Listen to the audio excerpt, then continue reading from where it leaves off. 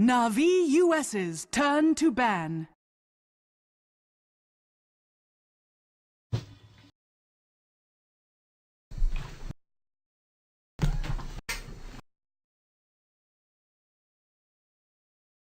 Ten seconds remaining.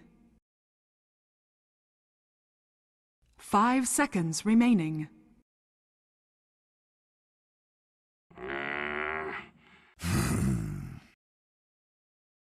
NaVi US's turn to ban.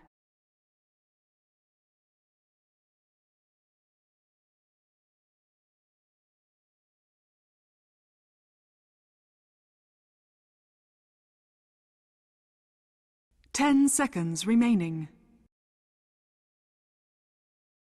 5 seconds remaining.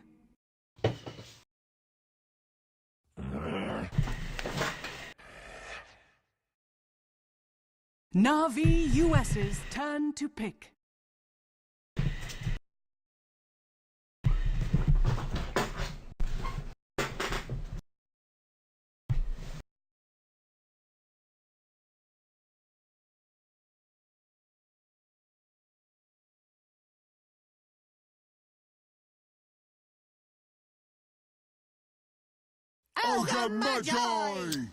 Running the videos. NaVi US's turn to pick.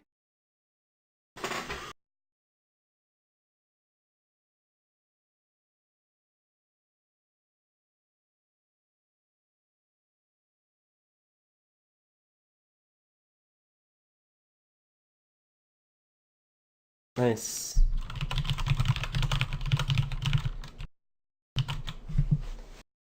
Ten seconds remaining. 5 seconds remaining.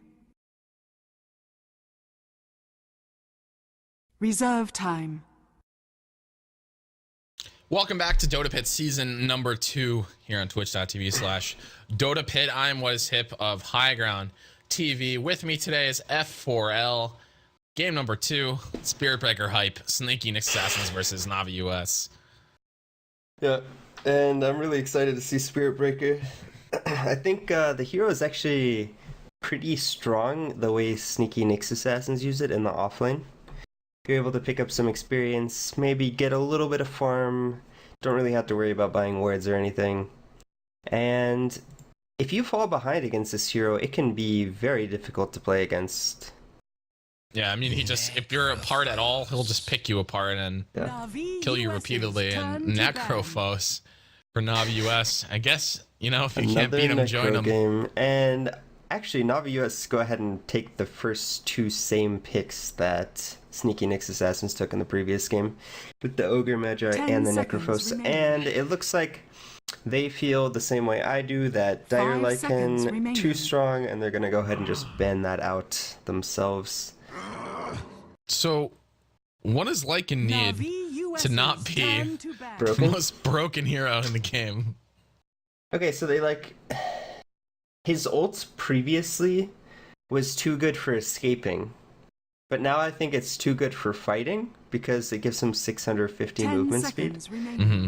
And it's not nearly as good for escaping because it has the I don't know if you call it, is it transformation time? Yeah. But having 650 move speed in teamfights is actually rather absurd. Oh, they also changed the base attack time during his ult. But that actually doesn't really matter anymore because since he's faster now, he's going to end up getting more attacks anyways than he used to. So, kind of just a ridiculous hero. Yeah. Like his Dire team ban. And I think, everyone sort of ignored the hero for a while because, people read the nerfs and they're like, base attack time increased during ult, and, I have this awkward transformation time. But if you look at all his other skills, nothing else was changed, and you can still buy Book 3, it's still the same thing, and they're actually faster now when you're in your ult. They're at 650 movement speed instead of 522. Dire team pick. And, I mean, people are just slowly realizing that the hero is still indeed first pick on Dire. Yep. Well, he's going to be not in this game, which I can say happily. Omni Knight actually banned out here, and Zeus going to be the choice for the Sneaky Nyx Assassins. And Zeus is slowly becoming more popular. It's almost a real thing now. I think there's quite a few reasons why Zeus is good. I think Zeus is actually...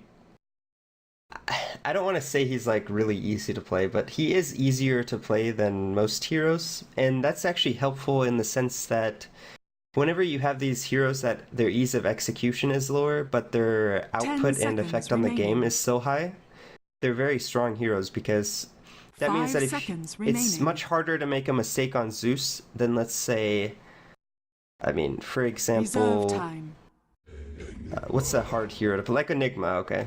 It's much easier to just click R and then spam your nukes on the ground than it is to find the perfect black hole, or, you know, figure out where you're going to place Midnight Pulse and all this kind of things. So I think ease of execution is actually really important when you're like choosing which heroes you want to pick. Not necessarily because people aren't able to play them, but there's just less room. It's harder to make mistakes. Yeah. And I think Zeus is one of those heroes where his output and effect on the game is going to be very similar in every game, just because his ease of execution. And, you know, the hero is able to output tremendous amounts of damage, especially against heroes that don't want to go BKB. And Necrophos, not really a hero that wants to be rushing a BKB. Not a BKB carrier. Zeus is going to do decent damage to Ogre because he has the static field. And I think it's a really solid pickup. Doom, next pick for Sneaky Nyx Assassins, pretty standard. Just, I mean, strong hero against everyone, honestly, that's in NaVi US's team so far. 10 seconds Enigma, remaining. turning off the black hole. Good against Necrophos for obvious reasons. Really good against Ogre Magi for obvious reasons. So, yeah, a good pick there, I think, by Sneaky Nyx Assassins. Doom has sort of, I think, unfairly fallen out of favor, because he's still the same exact hero when you buy Aghanims. And his ult at level 16 with Aghanims does, I believe, 1250 damage. Now that is assuming that you get ulted and then immediately leave the AoE. Because, you know, it refreshes every second, I think, or 2 seconds or something. Mm-hmm. But, I mean, 1250 pure damage is absolutely insane. I mean, it just basically, if you ult someone and then you stand next to them for like 5 or 10 seconds, let's say during a BKB, they're dead. I mean, unless they have 3,500 life or something ridiculous. Yeah, which most heroes don't have. And Invoker, another very good Doom target here. So NaVi US don't seem to be very afraid of this Doom. Yeah. Well, I mean, one way to deal with the Doom is to group up 5-man and push, and it looks like they're probably going to go with a Quas Exhort Invoker, get those 4 spirits up, combine them with the demonic conversions, pick up the early mech on the Enigma, and they could even go for something like a pipe on the Necrophos, and then have this 5-man squad with the mech, the pipe, all the summons, and just take down all of these towers. Sniper. Yep, Sniper, the last pick here from the Nyx Assassins, and you talked about this. This is their little... Their pocket strat? Well, they did it with Necrophos before. So I haven't seen it, but I guess they like Sniper and Spirit Breaker interaction, because I imagine it's sort of similar. You assassinate someone, then you charge and then ult them, so you'll get all that damage. And then they're also going to have the Zeus ult to put on top of that. So they have a lot of long-range damage coming out from the side of Sneaky Nyx Assassins. And honestly, NaVi US have to be really careful about splitting up this game, because if they're split up and split pushing, it is going to be very easy for Sneaky Nyx Assassins to just pick them apart. Yeah, I mean, they basically just have to 5-man this entire game, like after the laning phase. If not, there's just way too many things that can kill them. Yeah, I think if Sneaky Nyx Assassins can find small advantages in the laning phase, you know, maybe get some early ganks off, find some kills. If this game starts going in the favor of Sneaky Nyx Assassins, I think NaVi US are going to have a really tough time, just because there's not really a way for NaVi US to come back into this game once they fall behind. I mean, their strategy is pretty much predicated on 5-manning, and if they fall behind, going to be a bit difficult, but they are going to have the